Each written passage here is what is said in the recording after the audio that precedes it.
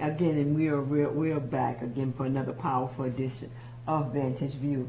I'm the host, one of the hosts, Sister Khadijah, along with our spectacular Dr. Bowles, and we're going to go ahead and just start it off from the top. Remember, it is customary in the African tradition that before we speak to the community, we get approval from one of our elders. So I'm going to ask one of our elders to give us permission to speak. Okay, thank you so much, my sister. And also today, don't forget Imani Temple number 49, 31st anniversary. Imani Temple number 49, 31st anniversary. And there is a spectacular program that's going on at 7 o'clock tonight.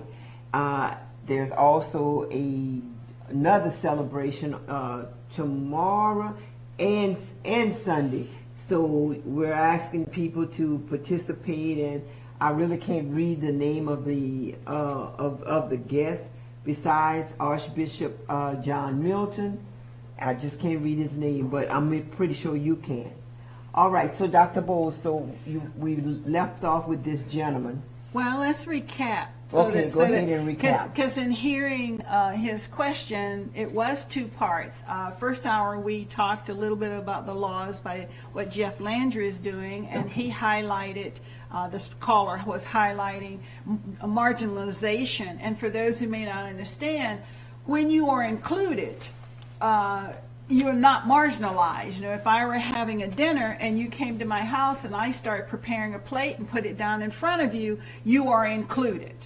But if you came into my house and I was eating and I ignored you and continued eating and would pass you're laughing because I know people have done that. And I pass food to the person at the table and talk to them and totally leave you standing there watching me eat. That's called marginalization.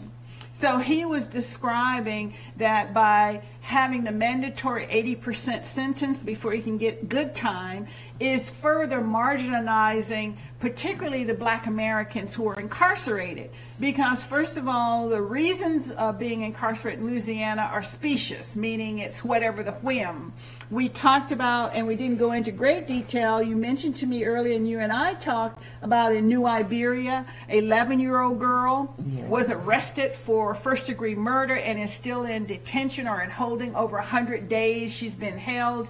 And another young man, age 14, killed a young person over some trivia, and they just said accidental homicide or accident, and he served no time that we know of, and he's getting on with his life. And at the University of Lafayette, I think you were telling me about a student. Yes. You want to tell him about it? Yeah, a student in Lafayette, evidently some guys had then broke into his truck, and they were running from the scene of the crime. And when he seen that, he took out his weapon and he shot all three of them. He killed one of the young men.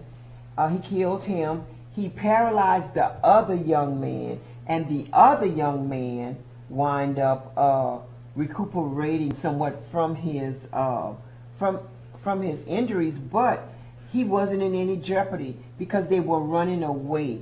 And how do you almost took 3 people's lives away because they stole a wheel off of your vehicle? How do worse do than that, or equally specious, is a white male did the shooting. Yes. The 3 young men that suffered were white. But the young man, because he was a student at a university, received what penalty? What was his punishment? They sent him to the facility in St. Martinville for about less than 2 years, about 2 years, and then from that, and the judge was the one that complained about the judge was the one that complained about. It was a black judge. He was the one that if you went into his courthouse, his courtroom, if you had gold teeth, he would like tell you, you go pull out Go those take gold your teeth. grill off. Right, go take your grill. Right, and stuff like that. And trust me, he wore a toupee, but nobody was Telling him, go take your hair right. off. Nobody didn't tell him to do that. God dog it, I got him at the tip of my tongue. But I'm just saying, when we have black people in authority, sometimes they can be worse. That's right. Than the worst white prejudicial person. Because coming from, well, look at Clarence Thomas. In looking at his story, how his childhood was really rough, he was poor, he grew up, said he was bullied at school, he was made fun of and called too black. So now he is like a nemesis to black people in a position where it can really hurt black people. That's right. So, prejudice is not reserved for white alone. Oh, no, indeed not. No, indeed not. And then not only that, but he was the type of law that he helped implement. He was also, when they give those young students like college voucher and stuff like that, he benefited from. I can't think of he benefited from it. And isn't that the way? Yeah, they're the ones who got advantage for being black and being the token, and then they flip around and prevent anyone else from having a chance to advancement when they have an opportunity to get scholarship or recognition. I mean, it's sad, but so true. And many of us know very well that black on black prejudice is live and well. And it's more intense because they have an insight. It's like a family member knows how to hurt you because they know your weak spots. And look, and I wanted to check this book out. This is Burden of Truth. And that's by Robbie Carrier Bethel and Kim Malcolm. In the book, she outlined over and over with documents from the courthouse. She outlined from the documents from the courthouse of what they stole, who stole it. She gave you all of this. Oh my goodness! Wow. The Romeros, and I could remember that, and it took her almost 20 years to try. Who's our author? What's our author's name again? This is Robbie Carrier Bethel. Right. Okay. And Kim Malcolm. Well, it's talking about New Iberia at its finest form, because there's about 4 or 5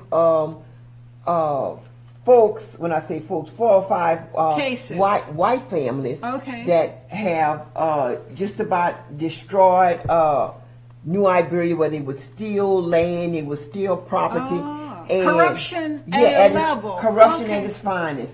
And I remember Glenn Romero, this other guy, his name was Joseph. Joseph was a field hand that worked for Glenn Romero. Joseph went, after that hard day of work, he went jump in the pool at Glenn Romero house. And Glenn Romero drained the entire pool. And he has homes that's next door to him for his children. But yet y'all stole millions of dollars.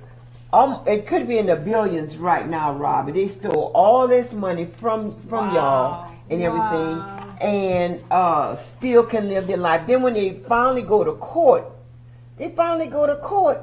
and Judge Sigi, who is apparently what's on his birth certificate got to be a black fool, but he took and he stated that their time had expired.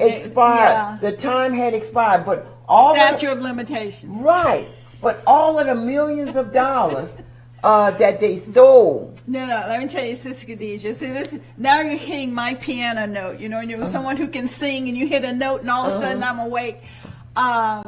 This is the difference in what black Americans versus white Americans. And when I talk to the legal system where we have these young black lawyers who are getting their JD here in America, learning the laws, I'm saying, why is there no coalition, no strong group that is actually refuting and bearing out? Now, I don't know the persons who wrote this book, whether they are lawyers or not. I do have a good friend. I've mentioned Professor Angela Angela Bell. She just got her book out. Unfortunately, I don't have a copy yet, but I plan to. Okay. And she is considered a Constitution scholar. She's a black female at Southern University. Yes, She's the yes. one who went to argue a non-unanimous jury should not be able to put a person in prison for life or even to get a death sentence, and she won that argument. So that was one of the things where in Louisiana that got corrected. But my comment is, when you make laws, as our last caller was saying, and you are above that law, then you can say whatever you want. Anything you want to be a crime. And believe me, Louisiana has had it. Recently, in reviewing some of what I call the antiquated or outdated laws in Louisiana, and I hope my scholars will go check it, that it is a crime for a swarthy female, I guess that's a mulatto or Acaroon, I don't know, swarthy, to walk down Canal Street in New Orleans in fine millinery because she's too much of a temptation. On a Sunday afternoon, I have to give you that, on a Sunday afternoon, because she's too much a temptation to white gentlemen. White gentlemen. Yes. So I suppose, if you are a swarthy lady and you have a hat that you'd cock on one side of your head the way my mama would do, and put your gloves on and wear stylish shoes and walk down Canal, that law has never been really removed from the books. So when you're talking about specious arrest, you can be arrested. Now, I just don't know what exactly a swarthy lady is. Right. I don't know if I constitute a swarthy lady or not. Well, they got to be talking about a woman of color. So right, a brick house, But that's what I'm saying. That's some lady who, would be going to Jackson Square, someone who's living off of, but that's the terminology, swarthy lady. But keep in mind, in the slavery days, we were broken into all kind of colors. There's a red bone, there's an Acaroon, there's a mulatto, so I don't know exactly where swarthy fits, but keep in mind, if you have on fine millinery, I guess it's a hat and gloves and your proper shoes. I guess you'd have to wear pantyhose. I have to laugh because young women today say, oh no, it's too hot for pantyhose. But there was a time a well-dressed woman wanted her nylon or silk stockings. And I'm sure, it may be hot in Louisiana, but it's always been hot in Louisiana. So they have antiquated laws still on the books. So just to run through this before we get to the political, because we did promise you political, we talked about Sonia Massey, and we want to make sure we talk about that. Devontae Mitchell, that's a young man that security guards beat to death. Now, this happened just this month. Okay, and he died of asphyxiation. In other words, and it wasn't a policeman, it was a security guard who worked at a hotel.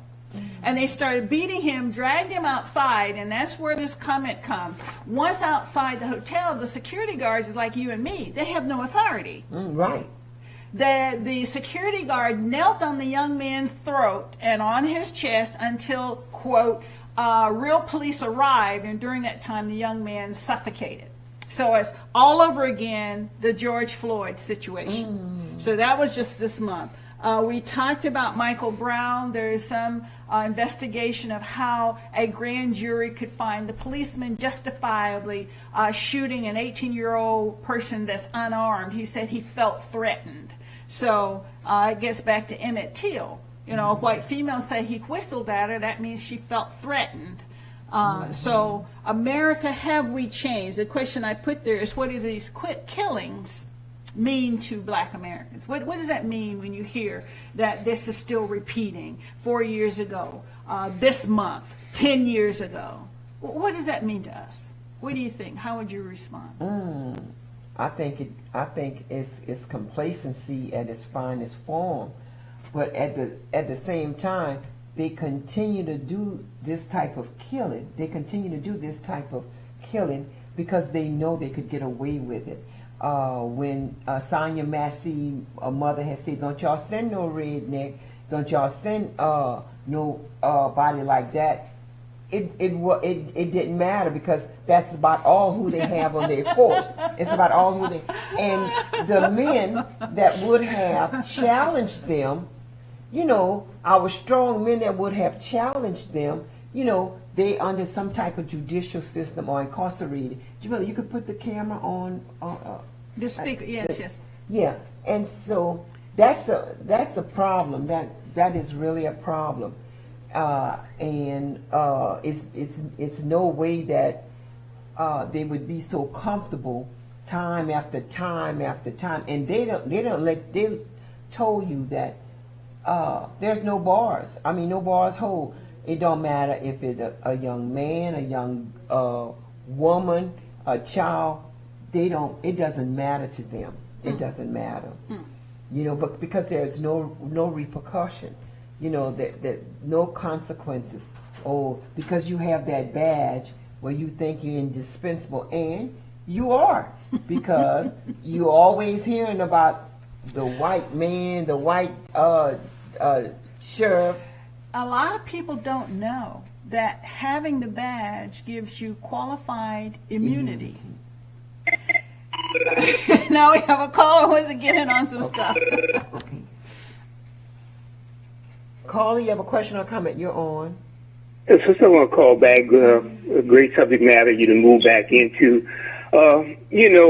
Just think about it, and you just mentioned about there's no filter the way law enforcement polices neighborhoods, but certainly people of color are being policed in such a horrendous way. Now, if you look at the case in Lafayette where the young lady was on television the other day, the young baby named Casey, who was basically, from the description of the mother, her head was blown, top of her head was blown off in a police action in the house, and how no transparency, just disregard for the family feeling after a year where she had attorneys dropped out of the case. And she don't have any answer. How did her child die in that home? How police can do things with impunity. Now, look at what Jeff Landry did. And look at what I just called on the first hour about police immunity, whether it's qualified immunity, whether it's dealing with civil actions or criminal action. Jeff Landry and the Republicans, they study this stuff in order to get law enforcement more in their favor. They highlight law enforcement. They say they're going to protect law enforcement. So therefore, they become the tool of white supremacy, Sister Khadijah. They become the tool because look, the first law was the immunity law. Then the other one was the 25 feet. Where you supposedly is about you interfering with police. There are already laws on the book like that. So what they do, they make a law and they run it through the Louisiana legislature. The law is basically to protect the other law, to pile on laws on top of laws. So the only and even all the way up to the Supreme Court with what the situation was given to the president. They already banking on protections, and that is the problem, Sister Khadijah and Dr. Bowles, that we have to deal with. We got to figure out how we're going to do this legally, short of, and I'm going to say this, short of a revolution. So I want to hang up and great show. Y'all keep up on the subject matter. Thank y'all so much. Okay, thank you so much, Brother Jay.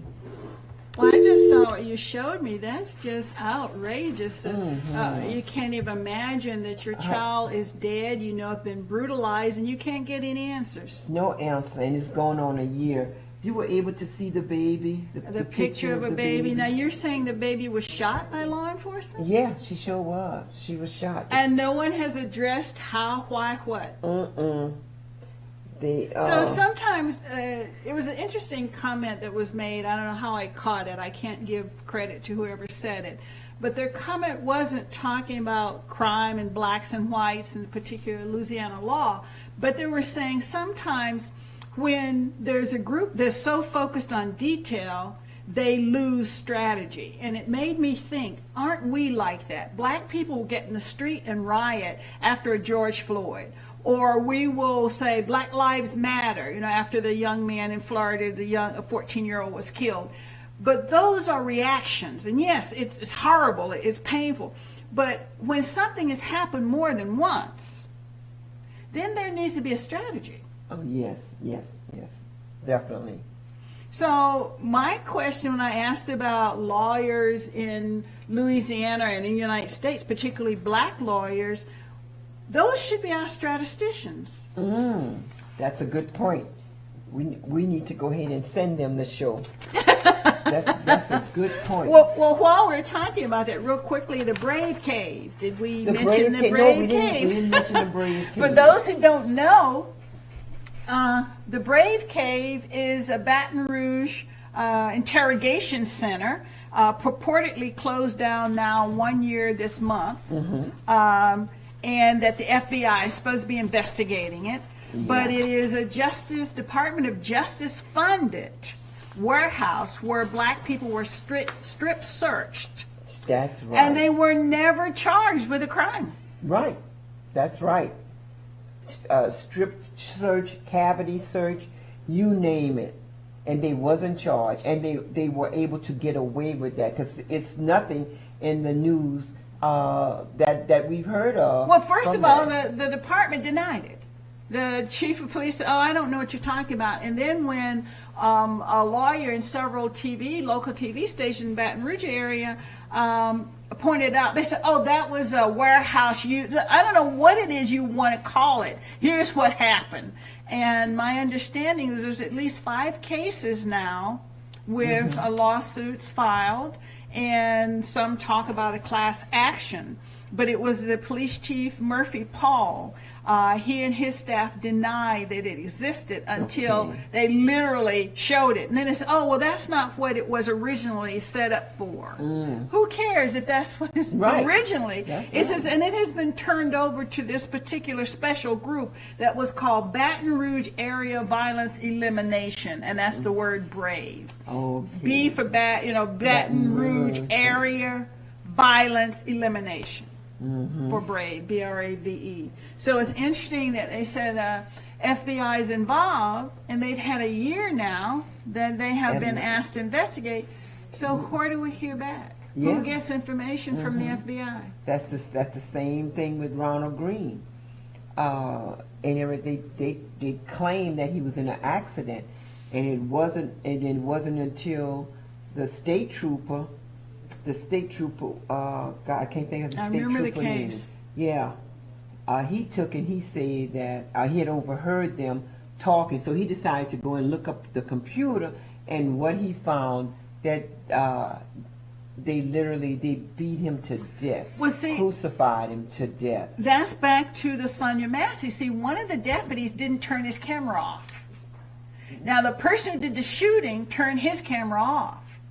But there was a fella deputy in the room who didn't turn his camera off. So there was evidence to show she had no weapon, had no attempt for weapon, and that's why the man was fired and charged with first-degree murder. That's right.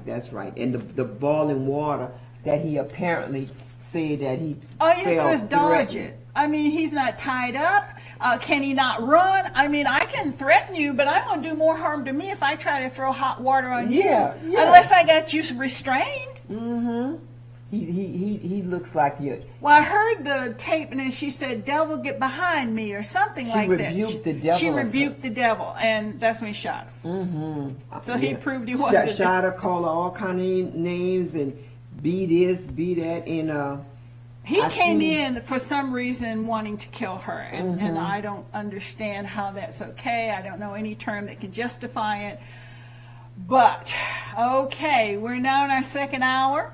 Yes, we're in the second hour. And we're going to talk about the state of American politics. Okay, yeah, we need to mention something. So to transition, let me just throw out some stuff to get your juices running, audience.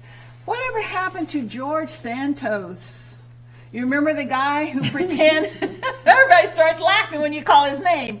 He ran and got elected to Congress, and he's a transvestite in Brazil. His parents were part of Hitler's, that he said he was a Jewish family, and the Hitler had persecuted his family. He played volleyball at a college he never attended. So my information says he's been charged with 23 charges that involve stealing people's identities, charged with using other donors. When they donated to his campaign, he used their charge card. Like if I say you can have $25, here's my charge card number. Right. He took the number and went and had meals off of it. He didn't just take the $25, he took the card.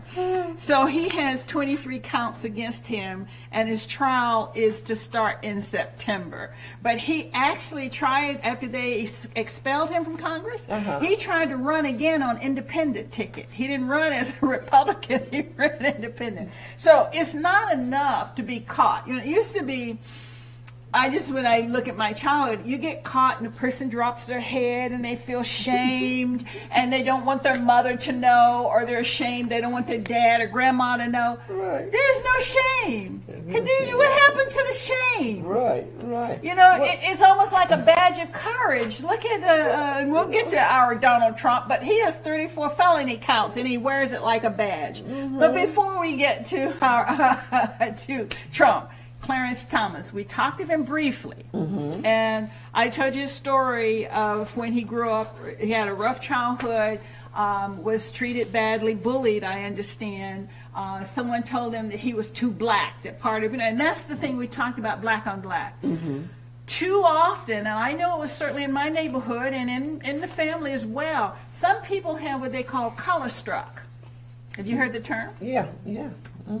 So help me out. Tell the people what you think, what you know color struck to mean.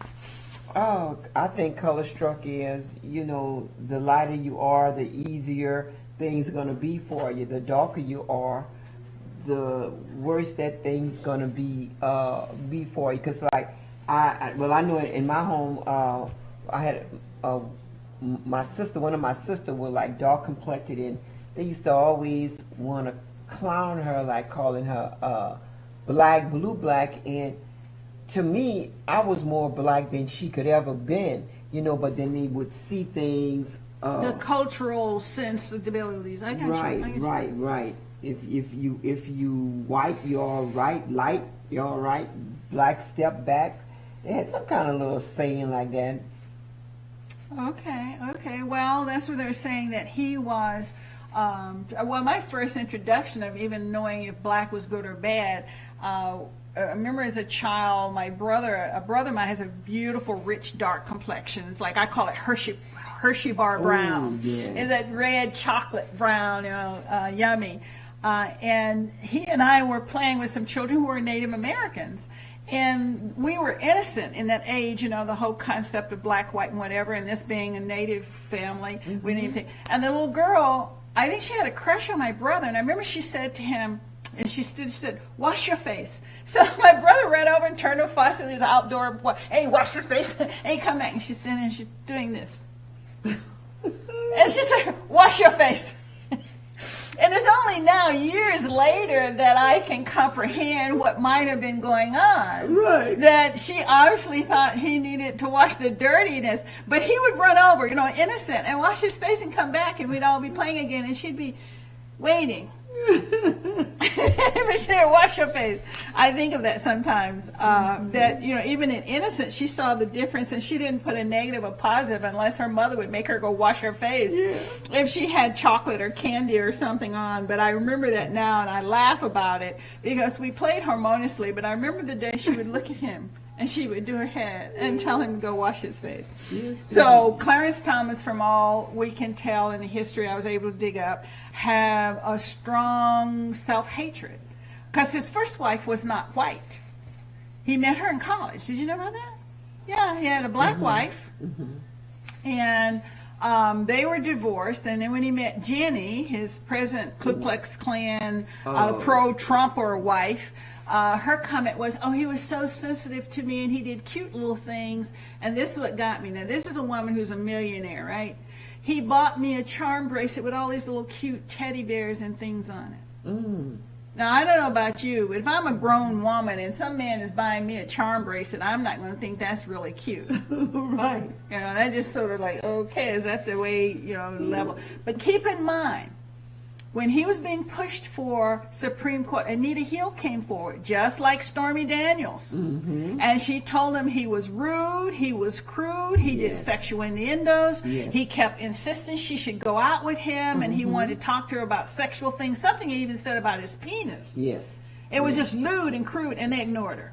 They And here's the thing, guess what senator was pushing Clarence Thomas and ignoring? Ready? Joe Biden. Okay. It was Joe Biden. When I saw it, it's like, whoop, whoop, there you go, Joe, whoop, whoop. He trying to come out now looking clean, as white as snow. And the bottom line is, yeah, you've been in the middle of it for a long time. And speaking of that, what do you think about Biden stepping down? 81 years old and wanted to run for another 4-year term. Give me your thoughts on how old. Look at Trump. He's 78 now. J.D. Vance, as we'll talk about later, he's 40. So if you average their age, 80 and 40, you get 60. And, Kamala's 59 and her running mate is 60. But we'll get all into that. But what do you think about Biden? 81 years old, wanting to run for 4 more years. Oh, well, I just think that's just the way the world is, particularly white men. They don't want to give up power. They don't have no desire to give up power. Jamila, you could put it on full shot. White men just want to stay in charge of everything. They're retired from 2 jobs, getting Social Security, getting pension, getting all of that, and they still crave. I mean, you got people that I know of that's trying to retire at 65. Yes, you want to get somewhere you can still enjoy life. You want to get away from that job. Well, Biden's already a millionaire. I mean, that's the thing. It's not the money. It's definitely the power. It's the power. It's the power. And those same group of white males, they want to go ahead and tell women what y'all can do with your body. Those same group of white men want to be able to just be in charge. Some of them look like they sleepwalking. They look so bad. But you don't want to give this up. And why they don't want to give it up? Well, that's why I'm laughing, is because when you said sleepwalking, I can't think of anybody but McCorkle. You remember, let me get his name right. He was standing there and he froze. He couldn't even keep talking. He was just completely out of it. And they would all run up and try to, sir. I mean, his brain had just died on him. Mitch McConnell. That's what I'm trying to think about.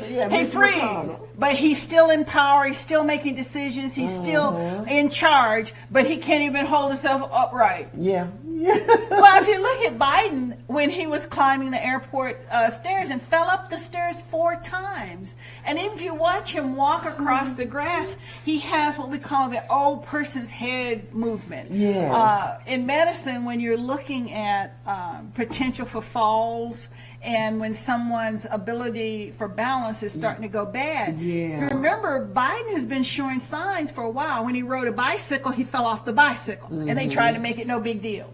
These climbing up the airport stairs, he fell 4 times going up. Now, falling down, I understand. Yes. But falling up means he doesn't have a good sense of depth if you can't step on the next step without falling. Right. And so, it's good that he stepped down, but it seemed like to me, every last one of them need to step down.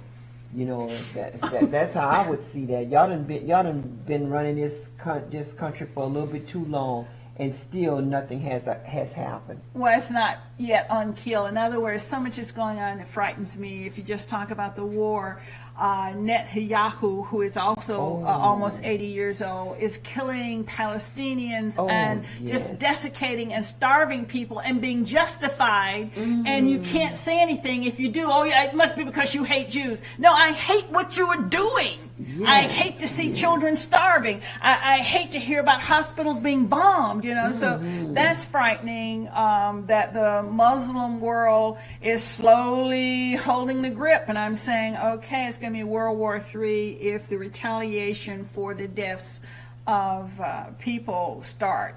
And we're busy negotiating, but meanwhile sending more bombs, sending more That's planes. Right. That's right. And then I don't even get the Russia-Ukraine thing. I've never caught on. If a state wants to secede from this nation, isn't that what you do? America, yeah, it's what happens. But here it is, Russia says, no, you can't leave. And meanwhile, Ukraine is getting money, over 60 billion, probably close to twice that now, plus planes, and meanwhile, we're going to be friends with Putin. It's like, wait. So I'm going to be beating up your kid in your house, but I'm still your friend. Yeah. You and I can go for coffee and lunch, and then I'm going to come and beat your kid on your doorstep. You see, I haven't figured that out. Yeah. I don't know the dynamics. But back to politics, because this is all being inherited with the upcoming new president. Because Biden, as we said, stepped down, so he's not going to stay under any circumstance. Right. And it's going to be Kamala or your favorite Donald Trump. So let's talk about each candidate. I did a little homework. This was fun. Things you may or may not know. Right, okay. Kamala Harris is the age of 59. I don't know when it's her birthday. She graduated from Howard University. That's HBCU in D.C. area, for those who don't know. HBCU, Historical Black College University, meaning black people administratively are in charge.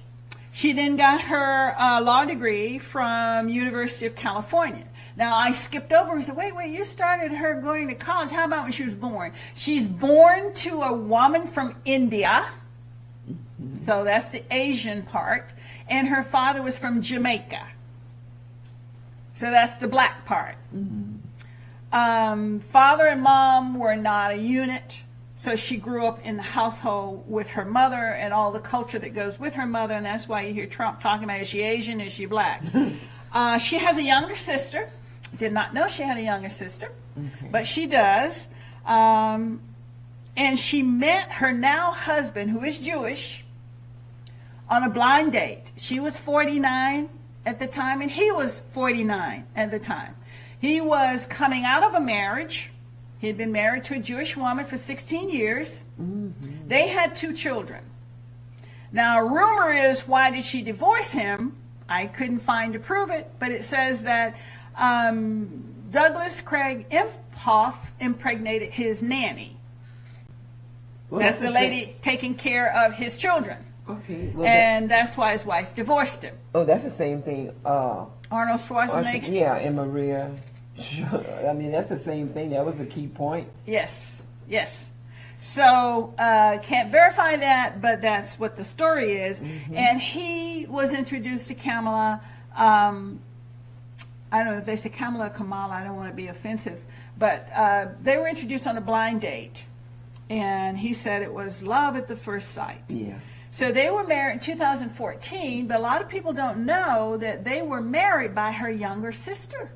Now, I don't know if that was a civil wedding or something religious. They didn't identify what type of wedding it was. But the younger sister, who grew up or was born in Illinois, was raised in San Francisco, and has lived in Montreal. And the net value, we're talking about all these millionaires and billionaires, Kamala and her husband are worth $5.8 million. $5.8 million. Okay. So they're just middle class, poor people. Okay. My comment being, when you have that kind of riches, can you really have the emotion for someone who's trying to feed a family on minimum wage or less than minimum wage? I know being black, I could. But your black isn't Asian and Jamaican. I mean, that's what I'm saying. Because skin color doesn't give you the culture, is my point. I mean, I'll be very plain. That if you grow up in the South, or you grow up in an area where income is low and resources are low. I mean, I can just speak of Alexandria, Louisiana. They talk about food deserts. Yes. You know, there's places in the city where there's no grocery store, that if you want to buy something, it would have to be in a Dollar General or a Dollar Tree. Mm-hmm. You can't go and talk about fresh fruit. A caller came in and asked about different foods. Yes. There are very few fresh foods that you can access that you know is wholesome to eat. So moving back to our political. So that's the Sterling Kamler, her husband. And when they said, does she have any children? Well, she married at 49. She's been married 10 years. She married 2014. And they say stepchildren because her husband has 2. Right. Yes. Caller, you have a question or comment? You're on. Caller, you're on. Yes, hello? Yes, you have a question or a comment? You're on. Yeah. I was the guy who had called right before the first show. Yes. And so I called back. You asked me to call back. Yes, sir. To answer my question. Yes, sir. You want to... No, I did address the marginalization, Yes. and I defined what, for the audience, what marginalization would be. And I concur that the law mandating 80% of the sentence to be served acts to continue marginalizing or making it even more extreme, that families, and unfortunately many black families, will be without the male figure in their home. So I'm totally in agreement with that assessment, and we did briefly mention that at the beginning of this hour. Okay, yeah, I think I caught some of it at the new show. Okay. Once again, I'm enjoying the show, and I usually like to let people know what's going on my platform. But my question now, since it seems we move exclusively to the political side, and it's really not my arena, but how could you not be involved when you have an agenda like that that's looming? And that agenda is for the first 100 days of the new presidency, the plans that they are going to implement. And based on research, which is limited but pretty effective, that the Republican Party has done this before. They are very efficient in these agendas, and they usually execute about 67% of what's ever written. So people have access to the agenda so they can know what's coming. But like I said, I'm reiterating, what I like to do is, if I do shock and awe, which is listening to you two women explain what's going on in Louisiana, is frightening. The prospect of what's in front of us. I still would like to know what kind of remediation solutions, or what advice or suggestions do you have to get people to be able to sustain themselves, to still be productive and progressive, even in a climate like that. Okay. You still Try to on? give people some type of solution of how to protect themselves and prepare themselves for sustainability. So I'll ask the same question to you. Okay. Okay, excellent. Yes. Thank you. Thank you so much, caller. Yes, I think that the gravity of his question is big. It looms. That it is important that we first understand the problem, and then we can start looking at a solution. There is no immediate one answer to that.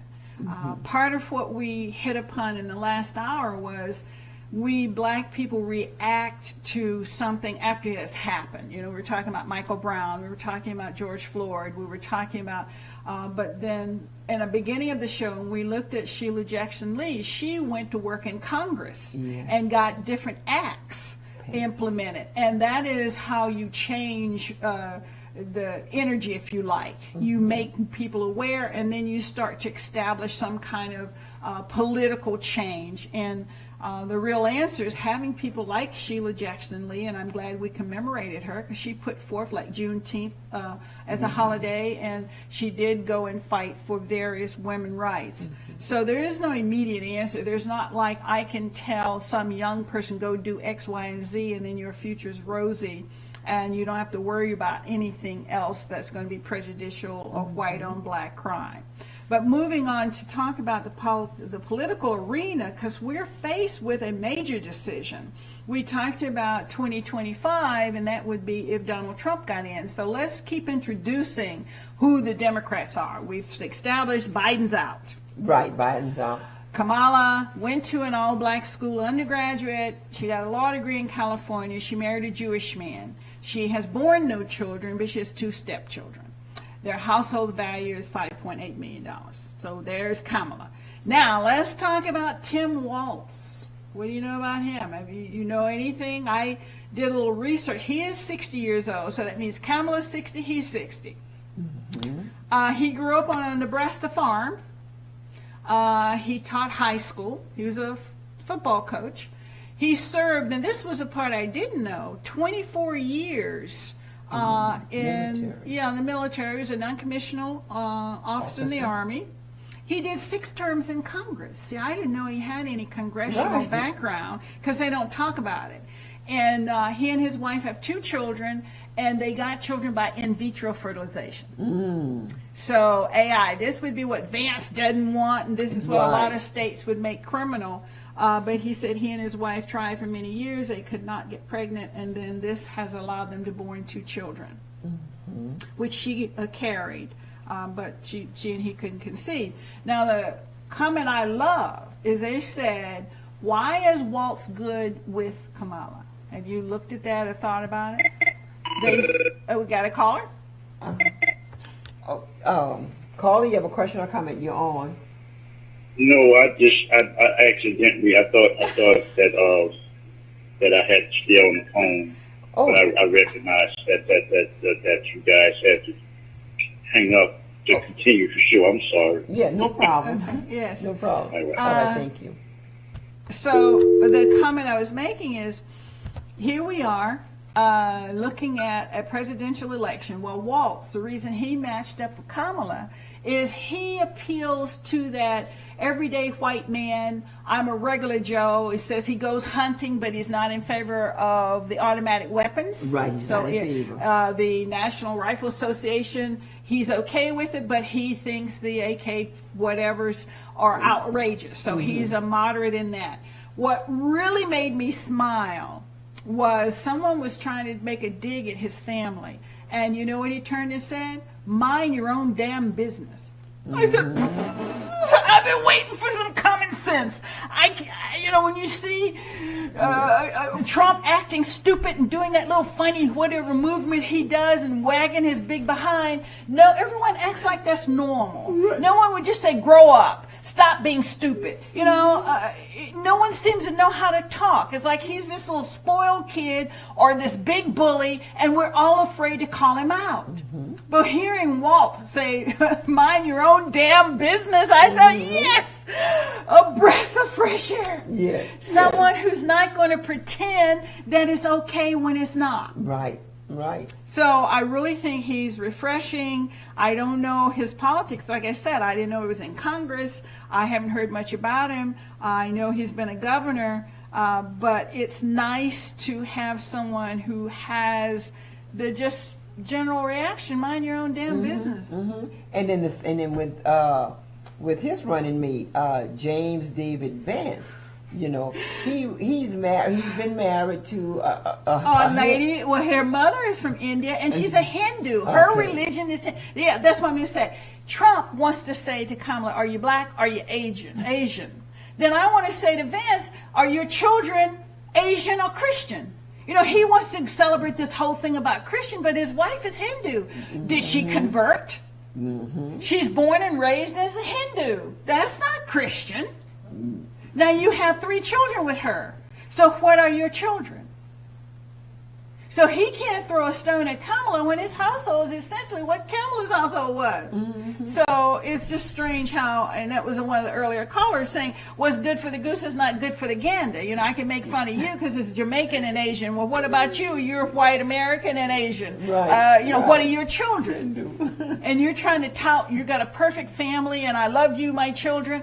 Okay, but how is that different? Because Kamala has a sister and her mother was Asian and dad wasn't.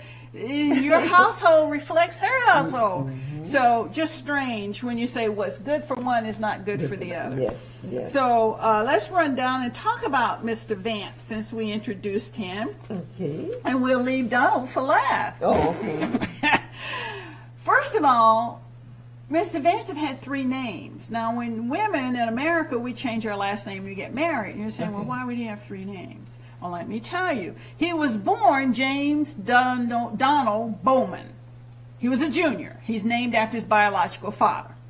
While his biological father wasn't very good to the mom, and they separated. So mom finds a new love, and she marries him. And this new man adopts. Okay. And he adopts him, and now his name becomes James David Hamill. Hamill. So he was Hamill all of his young life, middle school, high school, then he went to the Marines, then he went off to college. All this time he's a Hamill. So if you want to investigate his military service, he's a Hamill. But when he went to law school, he decided to change his name to Vance, and that's his mother's maiden name. And so I'm saying if you try to investigate him as a child, he's Bowman. So elementary school's Bowman. If you investigate him high school, college, military's Hamill. And then when he went to law school, he became Vance. So he married his wife and took the name of his maternal grandparents or his mother's maiden name. And that's how he's now Vance. So here's a person with all these scruples, and you can't track him by his name. That's right. That's right. Well, this is a powerful program as usual. I don't know if we had we got about 4 minutes. So if you wanted to get into the president or whatever you want to in 4 minutes to summarize Trump. Okay, well, I'll just do a real quick. The orange turd. Yeah, orange turd. I had to just use it because that was Stormy Daniels' little nickname, and that he does the spray-on tan. You know, that's why he's orange. For people who are wondering why does he look like that, that's the spray-on tan. But we wanted to talk a little bit about his present wife. They've been married. You know, she was a mail-order bride. The one that he's married to now. Yeah, Milena. They married in 2005. And I think I mentioned her stylist. They said, oh, she always wears the best clothes. Her stylist has paid $18,000 a month. What? To pick out her clothes, to make sure she doesn't gain more than half a pound, make sure her hair and her nails. They pay a stylist $18,000 a month. Lord, I'm in the wrong profession. That's what I'm saying. So, you know, if I get up and I think I have a crease, he has come and rubbed that crease out of my face. That's right. Anyway, Donald Trump was born in 1946, so he is 78 years old. And he was born where? Jamaica Hospital Medical Center in New York. I said, wait a minute, isn't Jamaica Poor People Hospital? Yeah. You were born in Jamaica Hospital in New York? I know people born in Jamaica Hospital in New York. Anyway, that's where he was born. He got a bachelor's degree in economics from University of Pennsylvania. It's like, wait a minute, everything's New York, but suddenly he's in Pennsylvania. I ain't getting that. A bachelor. His father was in real estate, but the father didn't really want to be in real estate. He was actually a man who liked regular stuff. And in 1971, he gave it to Donald. Now, he skipped over his oldest son. Don't understand it, don't know. There's some bad blood. If you ever see the talk about his niece and whatever, some bad blood in there. Oh, yeah. And, of course, Donald started the Trump organizations. He started renovating buildings, landscape, the skyscrapers, hotels, and casinos. Wife number one, Ivana, she was a real pickle. She was from Czechoslovakian, so she had lived, this is funny, she recently died, by the way, July 14th of this year. Says she died from injuries of a fall. And I'm like, how do rich people fall down? You know, everybody got, really grabbed me under the arm. And anyway, she died from complications of a fall. And guess what, folks? Trump buried her at a golf course in New Jersey. But she had been married to a total of 5 times. So it's just interesting what his story is like. And as we all know, I didn't even go through, he has 34 felony convictions for falsifying business records. Now they're inspecting what happened to $10 million that the Egyptians withdrew. And it said it weighed 200 pounds. They withdrew him at $100. You haven't heard that? That they think he got money from the Egyptians, and William Burr, who at the time was Attorney General, blocked investigation of that. So it's a question of influence of foreign money during his 2016 bid for presidency. And finally, let's talk about our black sister, Michaela Montgomery. You heard about her? She's the black girl who kissed him at Chick-fil-A. Yeah. And he said he wasn't sure he would go home to Milana since he got kissed by Michaela. Oh. She's out there on his platform talking about, I'm more than this. Yes, you need to give me more respect. Like, sweetie. Yeah. Well, didn't he have Diamond and what was the other one? Diamond and somebody was always in his court. 2 black females. Yeah. Silver and Diamond, or Diamond and Star. I forget what their whole names or their monikers were. But there's always somebody black. Always somebody black. And yeah, they holding the mantle. But yes, indeed, we want to thank everybody for participating. We are glad to see God is new. Sister Jamila said met Brother Shahid. I usually would say Brother Jacob, but I'm not sure exactly what has happened with Jacob. Outstanding